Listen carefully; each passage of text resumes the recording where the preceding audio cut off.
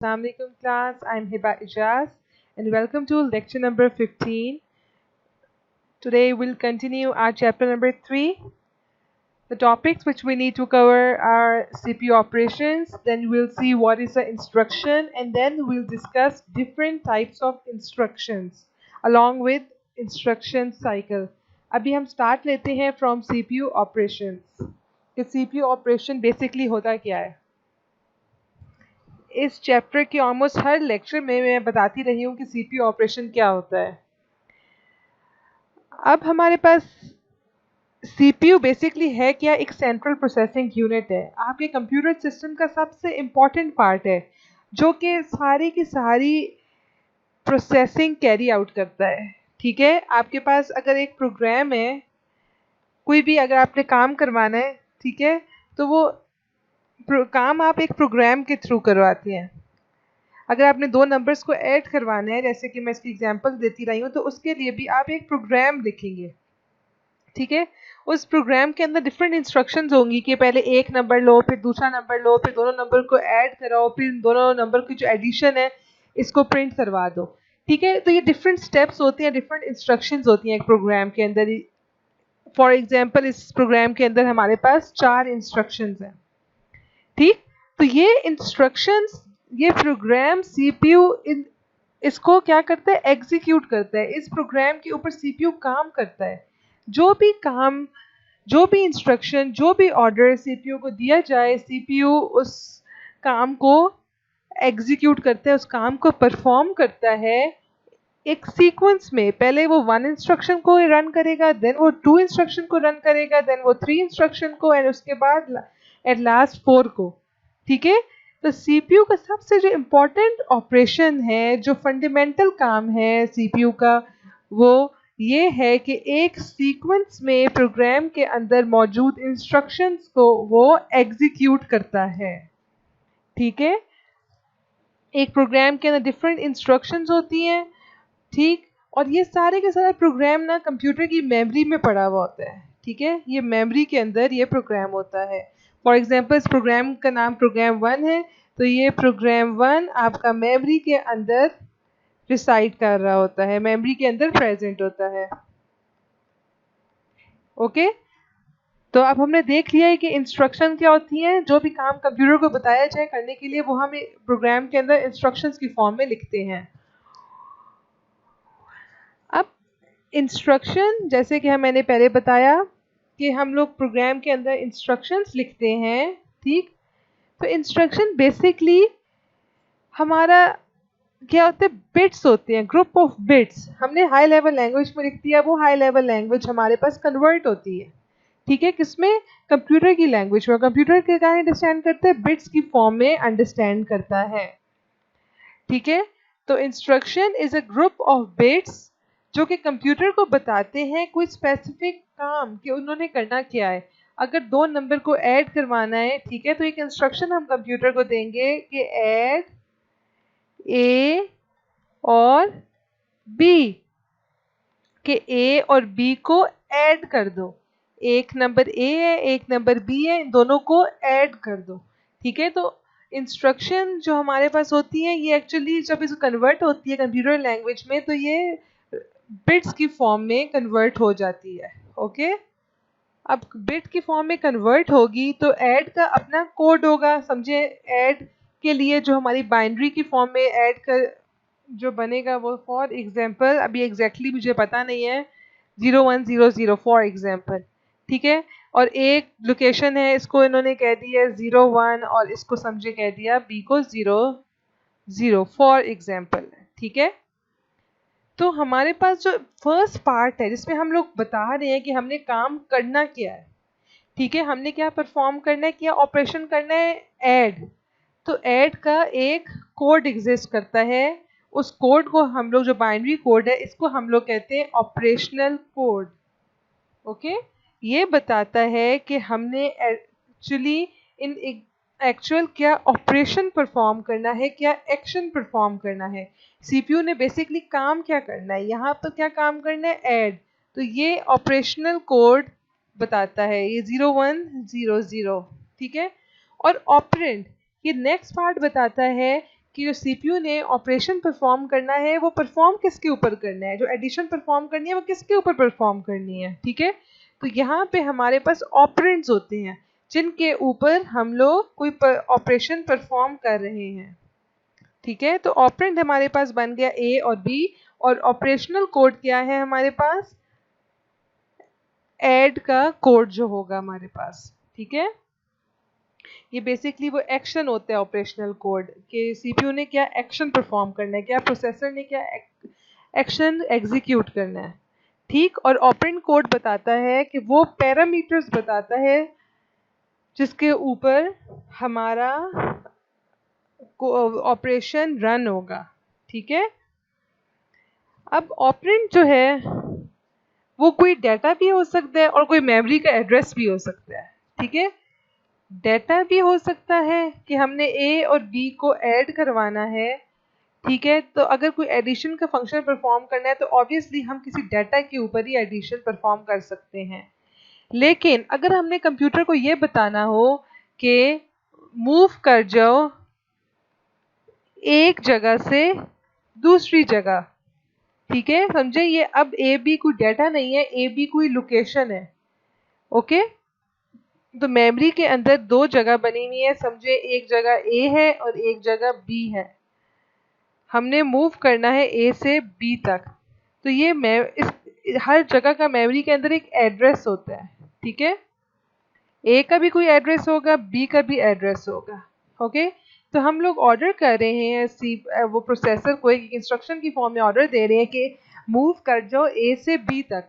तो हमारा operation code, हमने काम क्या करना है, प्रोसेसर क्या करेगा, मूव करवाना है। तो यहाँ पे जो इस मूव का ऑपरेशनल कोड होगा, जो मूव बाइनरी फॉर्म में होगा, बिट्स की फॉर्म में, जीरोस वंस की फॉर्म में होगा, वो हमारे पास ऑपरेशन कोड बन जाएगा। और ये जो एड्रेसेस होंगे ए से बी तक मूव करना है, ठीक है। तो मूव करने के लिए हमें एड्रेस देना होगा। जैसे हमने अगर कहना है फॉर एग्जांपल के DHA से आप शिफ्ट हो जाएं बहरिया में, ठीक है। तो हम क्या बता रहे हैं, एड्रेस बता रहे हैं, एग्जैक्ट लोकेशन बता रहे हैं कहाँ से कहाँ तक मूव करना है, ठीक है। तो यहाँ पे DHA और बहरिया हमारे पास ऑपरेंड होंगे और ऑपरेशन क्या बता रहे हैं कि हम मूव कर जाएं, ठीक है। तो यहाँ पे ऑपरेंड क्या होंगे हमारे पास, ए और बी के एड्रेसेस। तो ऑपरेंड कोड कोई डाटा भी हो सकता है और कोई मेमोरी का एड्रेस भी हो सकता है, ठीक है। आई होप ये आप लोगों को अंडरस्टैंड आप लोगों ने कर लिया होगा, ठीक है। अब हमारे पास जो इंस्ट्रक्शंस होती हैं वो तीन टाइप्स की होती हैं। डाटा ट्रांसफर इंस्ट्रक्शन, ठीक है, यहाँ पे लिखा हुआ है data transfer instruction, data processing instruction and programme control instruction. One by one हम देखते हैं कि ये क्या होती हैं। डाटा ट्रांसफर इंस्ट्रक्शन, इन इंस्ट्रक्शंस का काम है डाटा को एक जगह से, एक लोकेशन से, एक मेमोरी के अंदर, हमारे पास डिफरेंट लोकेशंस होती हैं, ठीक है। जैसे मैंने अभी बताया, एक लोकेशन ए है, एक लोकेशन बी है। हम कह रहे हैं एक लोकेशन से दूसरी लोकेशन तक ट्रांसफर हो जाओ, ठीक है। तो इस टाइप की इंस्ट्रक्शन जिसमें आप लोग डाटा को एक लोकेशन दूसरी लोकेशन तक भेज रहे हैं, उनको हम बोलते हैं डाटा ट्रांसफर इंस्ट्रक्शन। अब हमने डाटा को ट्रांसफर करना है, वो आप रजिस्टर से रजिस्टर में भी ट्रांसफर कर सकते हैं, रजिस्टर से मेमोरी में भी ट्रांसफर कर सकते हैं, और मेमोरी से वापस रजिस्टर में भी ट्रांसफर कर सकते हैं, ओके। और रजिस्टर्स और आईओ डिवाइसेस, इनपुट डिवाइसेस के दरमियान भी डाटा का ट्रांसफर हो सकता है, ठीक है। फॉर एग्जाम्पल आपके पास दो रजिस्टर्स हैं। रजिस्टर्स क्या होती हैं, सीपीयू के अंदर स्मॉल लोकेशंस होती हैं, ठीक है। छोटी छोटी सीपीयू के अंदर मेमोरी लोकेशन होती है, उनको हम लोग बोलते हैं रजिस्टर्स। फॉर एग्जाम्पल एक रजिस्टर का नाम ए है, एक रजिस्टर का नाम बी है, ठीक है। रजिस्टर्स का काम होता है डाटा को टेम्परेली होल्ड करना सीपीयू के अंदर। इसके अंदर कोई भी डाटा है, फॉर एग्जांपल 3 के अंदर पड़ा हुआ है, मैं ए के अंदर 3 पड़ा हुआ है, मैं इसको बी तक भेजना चाहती हूँ, ठीक है। तो मैं बी को यहाँ, ए को डाटा को यहाँ भेज दिया बी के अंदर। तो मैंने क्या किया, एक रजिस्टर से दूसरे रजिस्टर तक डाटा को मूव किया है। ठीक, अब हमारे पास समझे यहाँ मेमोरी है, इसके अंदर कोई डाटा पड़ा हुआ है। ओके, इसके अंदर कोई डाटा पड़ा हुआ है किसी पॉइंट के ऊपर, इसको मैं कह लेती हूँ कि यहाँ पे 5 पड़ा हुआ है। ठीक है, अब मैं इस डाटा को भेजना चाहती हूँ, मेमोरी से भेजना चाहती हूँ सीपीयू की तरफ और सीपीयू के अंदर रजिस्टर्स के अंदर। ठीक है, तो मैंने यहाँ पे 5 भेज दिया। तो मैंने क्या किया, मेमोरी से लेके memory to register data transfer कर दिया है। इसी तरह अब मैंने कोई चीज़ वापस आके मेमोरी में सेव करनी है, फॉर एग्जांपल इस 3 को वापस मेमोरी में सेव करना है, तो मैं यहाँ पे मूव कर सकती हूँ। ठीक है, तो मेमोरी टू रजिस्टर भी डाटा मूवमेंट हो सकती है, रजिस्टर टू मेमोरी भी हो सकती है, रजिस्टर टू रजिस्टर भी हो सकती है। इसी तरह आईओ डिवाइसेस हमारे पास होती हैं जो इनपुट आउटपुट डिवाइसेस, जैसे कि हमारे पास कीबोर्ड है, कीबोर्ड से मैं कोई बटन प्रेस करती हूँ और डाटा मेरा जो मैंने इनपुट दिया वो हमारे सिस्टम यूनिट के पास या किसी रजिस्टर में जाके सेव हो गया। ठीक है, तो इस तरह आईओ और रजिस्टर के दरमियान भी डाटा की मूवमेंट हो सकती है। ठीक है, तो इसमें आपके पास जो बुक में डिफरेंट एग्जांपल्स दी गई हैं वो ये है। सबसे पहले उन्होंने कहा है मूव ए बी, ये एक एग्जांपल आपके पास गिवन है। ठीक है, इसमें ए भी हमारे पास रजिस्टर है और बी भी हमारे पास रजिस्टर है।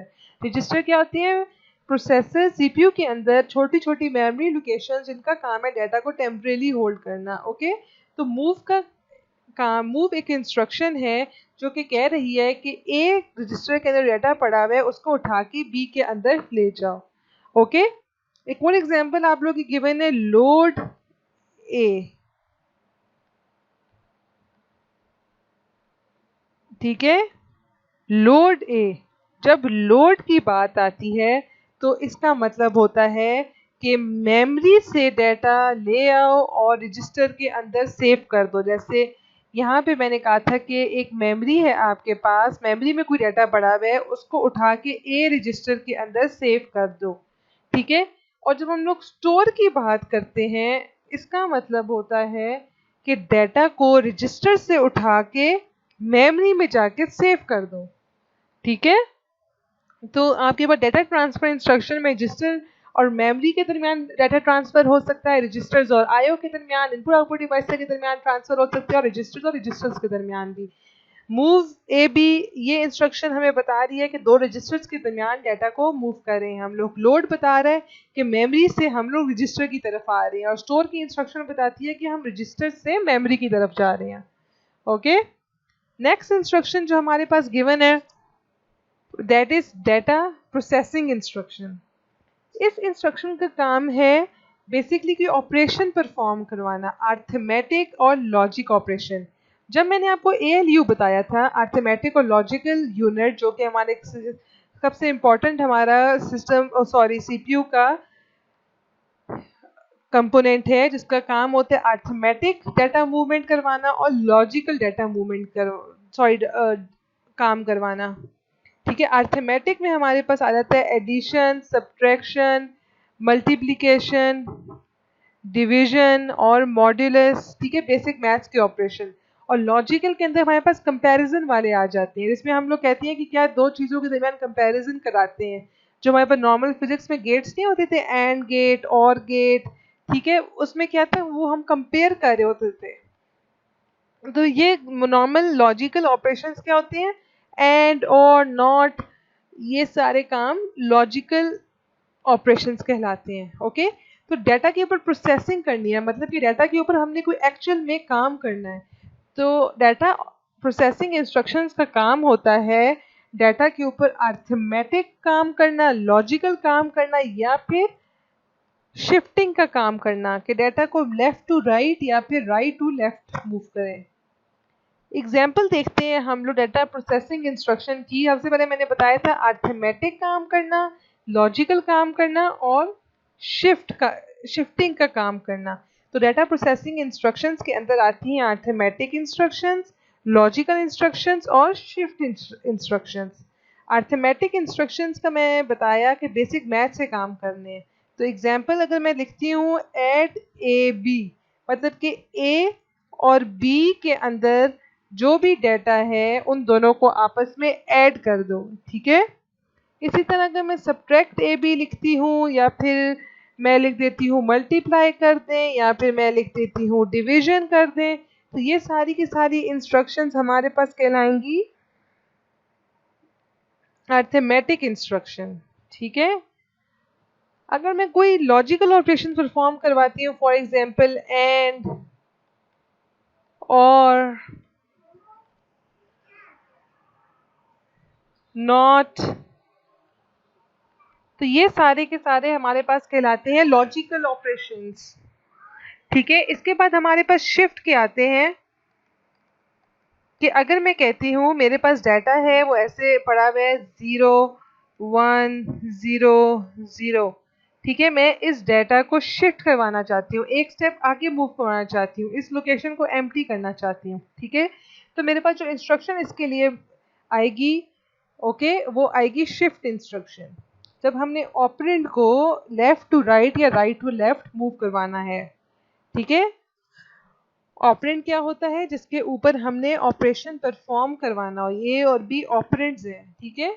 यहाँ पे जिस डाटा को मैंने मूव करवाना है वो ऑपरेंड है, और ये शिफ्ट करवाना है, एंड और not, add, subtract, multiplication, division, जो एक्चुअल काम करवाना है वो होता है ऑपरेशन। तो इंस्ट्रक्शन में इनके कोड दिए जाते हैं, ऑपरेशन का कोड दिया जाता है, ठीक है, इधर ऑपरेशन कोड है, और ये ऑपरेंड जिसके ऊपर काम करवाना है वो कोड है। नेक्स्ट इंस्ट्रक्शन की टाइप जो हमने देखनी है, that is program control instruction. Program मैंने बताया था कि प्रोग्राम में हमारे पास डिफरेंट इंस्ट्रक्शंस होती हैं जो कि इन सीक्वेंस एग्जीक्यूट हो रही होती है। पहले 1 इंस्ट्रक्शन, देन 2 इंस्ट्रक्शन, फिर 3 इंस्ट्रक्शन, फिर 4 इंस्ट्रक्शन, फिर 5 इंस्ट्रक्शन। तो इसका जो नॉर्मल कंट्रोल होता है वो टॉप टू बॉटम होता है, मतलब कि इन सीक्वेंस एग्जीक्यूशन हो रही है, सीपीयू पहले इस इंस्ट्रक्शन के ऊपर काम करेगा, देन नेक्स्ट के ऊपर, एंड नेक्स्ट नेक्स्ट नेक्स्ट। अगर आप किसी तरह अपने कंट्रोल को, ठीक है, जिस वे में ये आपकी स्टेटमेंट एग्जीक्यूट हो रही है इसको कंट्रोल करना चाहें, तो उसके लिए जो इंस्ट्रक्शंस हम लोग देते हैं वो होती है programme control instruction. For example मैं इस 1 लोकेशन पे हूँ और मैंने 5 लोकेशन के ऊपर यहाँ पे जंप करना है, ठीक है। तो मैं एक इंस्ट्रक्शन दूंगी कि एक पॉइंट से, ये पॉइंट फॉर एग्जांपल ए है और ये पॉइंट फॉर एग्जांपल बी है, मैं इंस्ट्रक्शन दूंगी जंप कर जाओ बी पर, ठीक है, कि एक पॉइंट से दूसरे पॉइंट तक जंप कर जाओ, ओके। तो ये क्या है, मैंने कंट्रोल कर लिया कि मैंने ये बीच वाली इंस्ट्रक्शंस को इग्नोर करके मैंने डायरेक्टली इस पॉइंट पे जंप कर लिया, ओके। अब मैं चाहती हूँ, मेरे पास है इंस्ट्रक्शंस हैं, पहले इंस्ट्रक्शन 1 है, देन 2 है, देन 3 है, देन 4 है। मैं चाहती हूँ कि पहले एग्जीक्यूट हो 1 2 3 4, फिर एग्जीक्यूट होना शुरू हो जाए 1 2 3 4, मतलब एक लूप लग जाए, जो इंस्ट्रक्शंस है वो कंटिन्यूसली एक लूप के अंदर एग्जीक्यूट होती रहे। तो उसके लिए मैं जो इंस्ट्रक्शन दूंगी वो होगी लूप, LOOP, ओके। कि मैं लूप की इंस्ट्रक्शन दूंगी कि मैं बता सकती हूँ उसके अंदर कि मैंने रिपीट करनी है, जिन इंस्ट्रक्शन को रिपीट करना है उनको मैं लूप के अंदर डाल दूंगी, ओके। तो इंस्ट्रक्शन फॉर्मेट में हमने पढ़ा कि इंस्ट्रक्शन क्या होती है वो हमने बता दिया, और उसको किस फॉर्मेट में लिखते हैं। पहले हम लोग ऑपरेशन कोड देते हैं और देन हम लोग ऑपरेंड का बताते हैं, ठीक है। ऑपरेंड हमारे पास एक भी हो सकते हैं और दो भी हो सकते हैं। अगर हमें दो नंबर को ऐड कराना है, ऐड, तो ऐड हमारा ओपी कोड होगा कि हमने ये काम करवाना है, और अगर दो नंबर्स हैं ए और बी, उन दोनों को ऐड करवाना है, तो ऑपरेंड मेरे पास कितने होंगे? दो होंगे, एक ए होगा एक बी होगा, ठीक है। अगर मैंने किसी पॉइंट पे जंप करवाना है, जैसे मैंने पहले बताया था कि हम ए लोकेशन पे हमने डायरेक्ट बी पे जंप करवा देना है, तो मैंने जिस पॉइंट पे जाना है वो एक ही पॉइंट था बी, तो इस केस में हमारे पास ऑपरेंड एक हो गया। और अगर मेरा प्रोग्राम चल रहा है, ठीक है, मेरा प्रोग्राम चल रहा है, मैं प्रोग्राम को एकदम से स्टॉप करना चाहती हूँ, तो बस मैं लिख दूंगी स्टॉप, ठीक है। अब मैंने ये नहीं बताना कि किसको स्टॉप करना है, ऑब्वियसली जिस प्रोग्राम के अंदर मैं स्टॉप लिखूंगी उसी को स्टॉप करना है, तो उस केस में मुझे ये नहीं बताना पड़ेगा, मुझे कोई ऑपरेंड नहीं देना पड़ेगा कि इसके ऊपर ऑपरेशन परफॉर्म करो, ठीक। तो हमारे पास जो इंस्ट्रक्शन है वो उसके अंदर या तो सिर्फ ओपी कोड होगा या ओपी कोड होगा और एक ही ऑपरेंड होगा, या फिर ओपी कोड होगा और 2 ऑपरेंड्स होंगे और इससे ज्यादा भी हो सकते हैं। फॉर एग्जांपल हमें 3 नंबर को ऐड करवाना है तो एक और भी आ सकता है, ठीक है। तो instruction format defines the layout of instruction, ठीक है, कि इंस्ट्रक्शन किस फॉर्म में होती है। उसके अंदर पहले ओपी कोड होता है एंड देन उसके पास ऑपरेंड आता है। जीरो एड्रेस इंस्ट्रक्शन वो इंस्ट्रक्शन का फॉर्मेट है जिसके अंदर आपके पास खाली ओपी कोड होता है। जैसे मैंने बताया प्रोग्राम चल रहा है, मैंने उसको स्टॉप कह दिया, तो स्टॉप का जो भी बाइनरी फॉर्म होगी, फॉर एग्जांपल इसकी होगी 0111 फॉर एग्जांपल, ठीक है। तो हम यहाँ पे ओपी कोड खाली लिखेंगे 0111, समझ आ जाएगा हमारे कंप्यूटर को कि ये हमें कह रहा है स्टॉप, ठीक है। ये इंस्ट्रक्शन कहेगी कि अपने प्रोग्राम को रोक दो। वन एड्रेस इंस्ट्रक्शन वो होती है जिसके अंदर एक सिंगल ऑपरेंड एग्जिस्ट करता है। जैसे कि मैंने कहा जंप कर जाओ बी के ऊपर, ठीक है। तो हमने यहाँ पे ऑपरेशन जो है, जो काम हमने करना है वो जंपिंग का करना है और जिस चीज के ऊपर करना है वो बी है, वो एक ही पॉइंट है, सिंगल पॉइंट है, ओके। तो ये हमारे पास होती है वन एड्रेस इंस्ट्रक्शन। इसके अंदर हमारे पास एक ओपी कोड होता है और एक सिंगल ऑपरेंड होता है। ये वन हमारे पास बेसिकली ऑपरेंड का बता रहा है। जब 0 है इसका मतलब है कोई ऑपरेंड नहीं है, जब 1 है इसका मतलब है एक ऑपरेंड है। एंड टू एड्रेस इंस्ट्रक्शन बता रहा है कि 2 ऑपरेंड्स हैं। जैसे हमने 2 नंबर्स को ऐड करवाना है तो add A and B, okay, ठीक है। इंस्ट्रक्शन साइकिल, अब हमने देख लिया कि इंस्ट्रक्शंस क्या होती है, इसके फॉर्मेट क्या होता है, कितने टाइप की इंस्ट्रक्शंस होती हैं, ठीक है। हमारे पास डाटा ट्रांसफर इंस्ट्रक्शन होती है, हमारे पास डाटा को प्रोसेस करने के लिए इंस्ट्रक्शन होती है और प्रोग्राम को कंट्रोल करने के लिए इंस्ट्रक्शंस होती हैं। फिर आगे हमारे पास जो इनकी फॉर्मेट है वो भी 3 टाइप की एग्जिस्ट करती है, एक 0 एड्रेस इंस्ट्रक्शन, एक 1 एड्रेस, एक 2 एड्रेस इंस्ट्रक्शन, ठीक है। अब हमने देखना है कि इंस्ट्रक्शन साइकिल क्या होते हैं, इंस्ट्रक्शन एग्जीक्यूट कैसे होती है। हमारे पास इंस्ट्रक्शंस जो है, सारा प्रोग्राम जो है वो पड़ा हुआ होता है मेमोरी के अंदर, ओके। मेमोरी के अंदर हमारे पास प्रोग्राम पड़ा हुआ होता है। एक प्रोग्राम है P1 और इसके अंदर हमारे पास होती हैं मल्टीपल इंस्ट्रक्शंस, ठीक है। अब इंस्ट्रक्शन का साइकिल क्या है, मैंने बताया था एक होता है कंट्रोल यूनिट। इसका काम होता है सीपीयू को बताना, ऑर्डर देना कि ये काम किया जाए, ये काम किया जाए। अगर 2 नंबर को ऐड करना है तो सीपीयू को कौन ऑर्डर देता है, कंट्रोल यूनिट। लेकिन कंट्रोल यूनिट अपनी तरफ से ही नहीं कह देता कि ये काम करो, ये काम करो, ये काम करो, ठीक है। कंट्रोल यूनिट प्रोग्राम के अंदर से इंस्ट्रक्शंस को रीड करता है, ठीक है।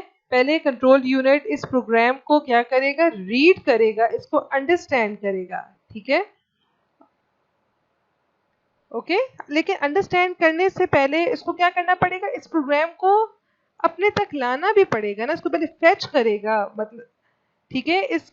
इन इंस्ट्रक्शंस को निकालेगा, इनको रीड करेगा, ओके, एंड देन इनको डीकोड करेगा, अंडरस्टैंड करेगा कि इस इंस्ट्रक्शन के अंदर लिखा हुआ क्या है, इसको अपनी कंप्यूटर की लैंग्वेज में कन्वर्ट करेगा एंड देन इस इंस्ट्रक्शन के ऊपर एग्जीक्यूशन स्टार्ट होगी, सीपीयू काम करेगा। जब उसको कंट्रोल यूनिट सब कुछ करके दे देगा और ऑर्डर करेगा कि ये काम कर लो, ओके। तो बेसिकली हमारे पास क्या है, इंस्ट्रक्शन सारी कहाँ पड़ी हुई है, एक प्रोग्राम के अंदर पड़ी हुई है और वो प्रोग्राम हमारा मेमोरी के अंदर है, ओके। तो कंट्रोल यूनिट एक इंस्ट्रक्शन को क्या करता है, फेच करता है, कंट्रोल यूनिट मेन मेमोरी से, ठीक है। अब मेन मेमोरी के अंदर किस ये इंस्ट्रक्शंस पड़ी हुई हैं, इसको कंट्रोल यूनिट ने फेच करना है। फेच करने के लिए उसको ये भी पता हो कि मैंने फेच करना किसको है, ठीक है। तो हर चीज का मेमोरी के अंदर एक एड्रेस होता है, तो कंट्रोल यूनिट को पता है कि 10 पॉइंट पे, 10 एड्रेस पे एक इंस्ट्रक्शन पड़ी हुई है, मैंने उसको फेच करना है, ठीक है। तो सबसे पहले कंट्रोल यूनिट को ये 10 एड्रेस देना होगा। तो एड्रेस में हमने देखा था कि एड्रेस किसके ऊपर हमें मिलता है, एड्रेस हम कहाँ से भेजते हैं, एड्रेस बस के ऊपर, ठीक है। कंट्रोल यूनिट ने एड्रेस बस के ऊपर एड्रेस रखा, ठीक है, मेमोरी की तरफ यहाँ पे कि मैंने इस पॉइंट को रीड करना है, ठीक है। उसने, ये हमें पता है कि उसने रीड करना है, ठीक है, हमने एड्रेस तो दे दिया। अब कंट्रोल यूनिट को ये भी बताना है कि मैंने इसको रीड करना है, तो साथ वो रीड की कमांड भी भेजेगा, ठीक। अब रीड की कमांड कौन सी बस में भेजेगा? Control bus. ये भी हमने लास्ट लेक्चर में देखा था कि हमने जब एड्रेसेस सेंड करने होते हैं तो हम एड्रेस बस यूज करते हैं। अगर हमने रीड की कमांड, कोई चीज़ को रीड करना है, राइट करना है, तो उसके लिए हम लोग कंट्रोल बस का इस्तेमाल करते हैं। इसके ऊपर हम लोग कमांड्स भेजते हैं, ठीक है। तो इसके ऊपर इसने रीड की कमांड भेजी कि इस लोकेशन पे जो डाटा पड़ा हुआ है मैं उसको रीड करना चाहता हूँ, ओके, और यहाँ पे एड्रेस भेजा, ठीक है। तो कंट्रोल यूनिट ने एक एड्रेस भेजा कि इस एड्रेस के ऊपर पड़े हुए डाटा को मैं रीड करना चाहता हूँ, तो एड्रेस उसने भेजा एड्रेस बस के ऊपर और रीड करने का ऑर्डर उसने भेजा कंट्रोल बस के ऊपर, ठीक है। तो अब उसने क्या किया, रीड का मत, अब उसके बाद वो क्या करेगा, इस पॉइंट पे पड़े हुए डाटा को, जो भी यहाँ पे इंस्ट्रक्शन पड़ी हुई है, समझिए यहाँ पे पड़ी हुई है ऐड की इंस्ट्रक्शन, ठीक है, इसको फेच कर लेगा, ओके। तो इंस्ट्रक्शन को जब वो फेच कर लेगा, 10th लोकेशन के ऊपर पड़ी हुई इंस्ट्रक्शन को जब फेच कर लेगा, तो फेच करके वो कहाँ रखता है, इंस्ट्रक्शंस हमने पढ़ा था कौन से रजिस्टर में इंस्ट्रक्शन रखता है, IR। इंस्ट्रक्शन रजिस्टर के अंदर वो इंस्ट्रक्शन आती है जो कि करंटली CPU जिसके ऊपर काम करना चाहता है, इस टाइम पे काम करना चाहता है, ठीक है। तो कंट्रोल यूनिट ने इस एड्रेस बस के थ्रू इस एड्रेस पे पड़ी हुई इंस्ट्रक्शन को फेच कर लिया और उसको प्लेस कर दिया IR के अंदर, इंस्ट्रक्शन रजिस्टर के अंदर। अब इंस्ट्रक्शन रजिस्टर के अंदर जो इंस्ट्रक्शन आ जाती है, CPU उस इंस्ट्रक्शन के ऊपर करंटली काम करता है, लेकिन CPU डायरेक्टली इस इंस्ट्रक्शन को अंडरस्टैंड नहीं कर सकता ऐड ए बी, क्योंकि CPU की अपनी कंप्यूटर की लैंग्वेज में नहीं है। तो इस इंस्ट्रक्शन को डी कोड किया जाता है, बाइनरी फॉर्म में कन्वर्ट किया जाता है। तो ये इंस्ट्रक्शन पे जाती है डिकोडर के पास, इंस्ट्रक्शन डिकोडर के बाद पास, जो कि इंस्ट्रक्शन के अंदर से रीड करके एग्जैक्टली डिटरमाइन कर लेता है कि हमने करना क्या है। जब ये पता चल जाता है तो फिर CPU कहता है कि अच्छा ये करना है काम, तो CPU टाइमिंग और control signal, sorry control unit timing और कंट्रोल सिग्नल्स जनरेट कर देता है एक लॉजिकल सर्किटरी जो उसकी अपनी होती है उसके थ्रू, और सिग्नल्स भेज देता है CPU की तरफ, ठीक है। कंट्रोल यूनिट सिग्नल्स भेजता है CPU की तरफ कि ये काम एग्जैक्टली किया जाए, ठीक है। अब जो काम है वो कोई अर्थमेटिक काम भी हो सकता है जो कि ALU ने परफॉर्म करवाना है, ठीक है। एक डाटा को दूसरी जगह, डाटा जो हमने पढ़ा है कि एक डाटा को दूसरी तरफ मूव करना हो, ठीक है, एक जगह दूसरी जगह, जैसे रजिस्टर टू रजिस्टर मूवमेंट करवानी है तो वो भी इंस्ट्रक्शन के अंदर हो सकता है। कोई डिसीजन लेना है, मेमोरी का डाटा सेव करना है, मेमोरी डाटा उठा के लाना है, तो कोई भी काम यहाँ पर हो सकता है। लेकिन काम करने के लिए सबसे पहले ज़रूरी है कि जो इंस्ट्रक्शन मेमोरी में पड़ी हुई है उसको रीड किया जाए। उसको रीड कौन करता है? कंट्रोल यूनिट करता है। कंट्रोल किस पॉइंट पे वो लोकेशन पड़ी हुई है वो एड्रेस बस के थ्रू एड्रेस भेजता है, और काम एग्जैक्टली क्या करना है उसने, कंट्रोल यूनिट ने अपनी इंस्ट्रक्शन को पढ़ना है कि उसके अंदर है क्या, तो एक रीड की कमांड भेजता है कंट्रोल बस के थ्रू। जब वो इंस्ट्रक्शन की एग्जैक्ट पॉइंट पे पहुंच जाती हैं तो उसको फेच करके ले आता है और रख देता है उसको इंस्ट्रक्शन रजिस्टर के अंदर। कंप्यूटर इंस्ट्रक्शन रजिस्टर के अंदर जो पड़ी हुई लैंग्वेज है में जो इंस्ट्रक्शन है उसको नहीं अंडरस्टैंड कर सकता। कंप्यूटर की अंडरस्टैंड करने के लिए उस इंस्ट्रक्शन को डी कोड करना, उसको मशीन लैंग्वेज में कन्वर्ट करना ज़रूरी है। जब वो डी कोड हो जाती है तो कंट्रोल यूनिट सिग्नल्स जनरेट कर देता है CPU के लिए कि अब ये एग्जैक्टली काम कर दिया जाए। वो काम कुछ भी हो सकता है, वो अंदर नंबर्स को ऐड कराना है, सब्ट्रैक्ट कराना है, ये भी हो सकता है, एक डाटा को दूसरी जगह मूव करना है, ये भी हो सकता है, या फिर सिंपली कोई डिसीजन मेक करना है, मतलब कि कोई लॉजिकल काम करना है, मतलब कि कोई एंड और नॉट ऑपरेशन परफॉर्म करना है, ये भी हो सकता है। तो आज के लिए बहुत है इतना। आई थिंक थर्ड चैप्टर आपका इंशाल्लाह 1-2 दिन में ख़त्म हो जाएगा। Then we move towards chapter number 4। अभी तक आप लोग के जो सिलेबस अभी मैंने कवर करवाना है जुलाई तक, दैट वो हैं 5 चैप्टर आपके कवर होने चाहिए, तो प्लीज़ साथ साथ पढ़ते रहें। और इतना मुश्किल नहीं है, थ्योरेटिकल है, टाइम टेकिंग है, लेकिन मुश्किल नहीं है। ठीक, तो थैंक यू सो मच, अल्लाह हाफिज़। कोई क्यूरी हो, कोई इशू हो तो मुझसे पूछ लीजिएगा। ये इंस्ट्रक्शन साइकिल आप देख सकते हैं कि हमारे पास सबसे पहले इंस्ट्रक्शन को फेच किया, ये स्टेप नंबर 1 है, देन डिकोड किया step number 2 and then execute किया स्टेप नंबर 3। फिर नेक्स्ट इंस्ट्रक्शन को फेच किया, फिर नेक्स्ट इंस्ट्रक्शन को डिकोड किया, एग्जीक्यूट किया, इस तरह ही चलता रहता है। ठीक है, तो thank you so much. I hope आप लोग ने अंडरस्टैंड कर लिया होगा। आगे स्लाइड्स में बस वही थ्योरी लिखी हुई है जो कि आप लोगों की बुक में है। ठीक है, थैंक यू सो मच, अल्लाह हाफिज़। अगर कोई क्वेश्चंस हैं तो मुझसे पूछ लीजिएगा। And stay home, stay safe, अल्लाह हाफिज़।